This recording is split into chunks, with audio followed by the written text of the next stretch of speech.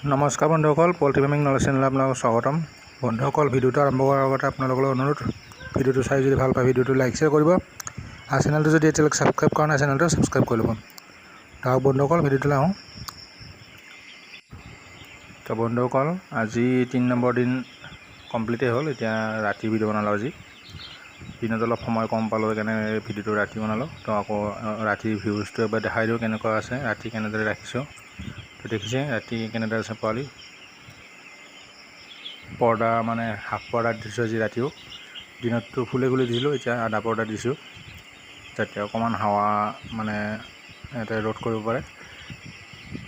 আৰু বেছি পৰ্দা দিন নথওঁ, এতিয়া গৰম দিনৰ কথা আৰু এডজাষ্ট হ'ব লাগিব ইয়াতে মানে পৰ্দা নোহোৱাকৈ, কাৰণ গৰমত এতিয়া পৰ্দা দিব নোৱাৰে। বেছি পৰ্দা দিলে গেছ হ'ব আৰু ফালে আপোনাৰ মুৰ্গী মৰ্টেলিটি হ'ব, গৰম পাব, ডিহাইড্ৰেশ্যন হ'ব পাৰে। ডাঙৰ প্ৰব্লেম আছে ডিহাইড্ৰেশ্যনত বহুত ডাঙৰ লছ হয়, আপোনাৰ গমেই নাপায়। বেমাৰ নাথাকিলেও যদি বাইচাঞ্চ মোৰ মানে পোৱালি ডিহাইড্ৰেশ্যন হৈ যায়, তো আপোনাৰ তাতকৈ ডাঙৰ লছ নাই। বেমাৰটো ধৰিব পাৰি, ডিহাইড্ৰেশ্যনটো ধৰিব নোৱাৰি। এতিয়া ডিহাইড্ৰেশ্যন ধৰিব বহুত টান, মানে কেতিয়াবা গম পোৱা যায় দুই এটা মৰ্টেলিটি হ'লে। তো ডিহাইড্ৰেশ্যন মৰ্টেলিটি হয়, মুৰ্গীবোৰ শুকাই যায়। তো সেইবোৰ মানে বেমাৰ বিৰাট ডেঞ্জাৰ বেমাৰ ডিহাইড্ৰেশ্যনটো। তো ডিহাইড্ৰেশ্যন স্পেচ কমকৈ দিলেও হয়, কেতিয়াবা মানে বতাহ কম পালে, মানে পৰ্দা ভেণ্টিলেশ্যনটো নাপালে তেতিয়াও হয়। গৰমতো হয়, বা বেমাৰ থাকিলেও ডিহাইড্ৰেশ্যন হয়। বেমাৰত খাব নাপালে ডিহাইড্ৰেশ্যন হৈ যায়। তো বেমাৰতো গম পোৱা যায়। বাকী আপুনি এনেই নৰ্মেলি বতাহ বা পৰ্দা নিদিয়াৰ হয় বা গৰমৰ কাৰণে এইটো ধৰিব নোৱাৰে। সেইকাৰণে ডিহাইড্ৰেশ্যনটো চাব লাগে, মানে ভেণ্টিলেশ্যনটো প্ৰপাৰ কৰিব লাগে, যাতে নিজৰ ভুলত যাতে নহয় একো বেমাৰ। তথাপিও বেমাৰ হৈ যায় পোৱালি দুৰ্বল থাকিলে। তো চেষ্টা কৰি থাকিব লাগিব নিজে ভালদৰে ৰাখিব। তো বন্ধুসকল, মই পৰ্দাটো দেখিছে, পৰ্দাটো চবফালে মানে হাফ কৰি দিছোঁ এতিয়া ৰাতিৰ ভাগত, আৰু কেইদিনমান দিম মানে হাফ পৰ্দা ৰাতি দেৰি কৰি দিম। আজি সন্ধিয়া দিছোঁ। আৰু ৰঙা লাইটটো এতিয়া জাষ্ট অন কৰিছোঁ মই, মানে প্ৰায় 9টা বজাত ভিডিঅ' বনাইছোঁ মই এতিয়া। তো 9টা বজাত ৰঙা লাইট দিছোঁ, বাকী দিয়া দিছিলোঁ, এইটো ৰাতিপুৱা বন্ধ কৰি দিম। ৰঙা লাইটটো দিলে মানে অলপ পানী বেছিকৈ আহে, দানা বেছিকৈ আহে, সেইকাৰণে দিছোঁ।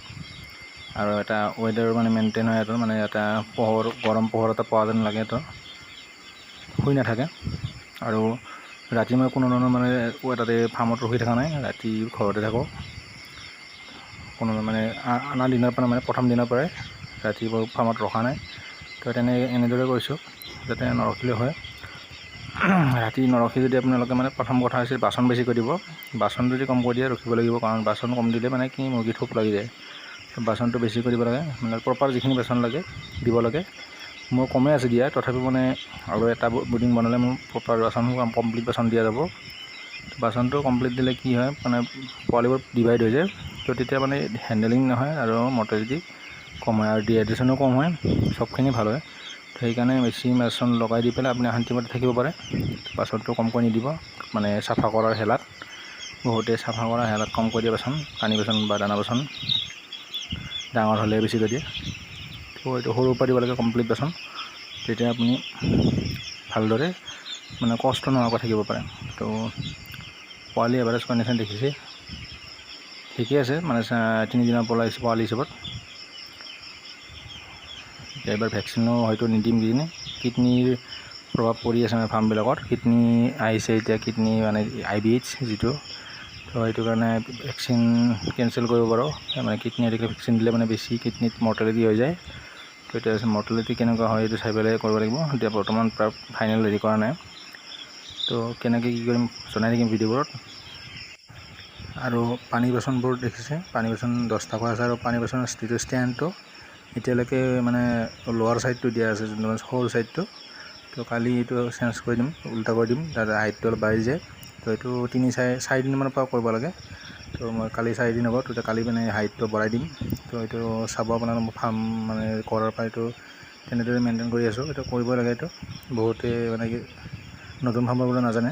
তো সেইকাৰণে ক'লোঁ কথাটো, যাতে মানে ষ্টেণ্ডবোৰ মানে মেনেজটো ভালদৰে কৰে।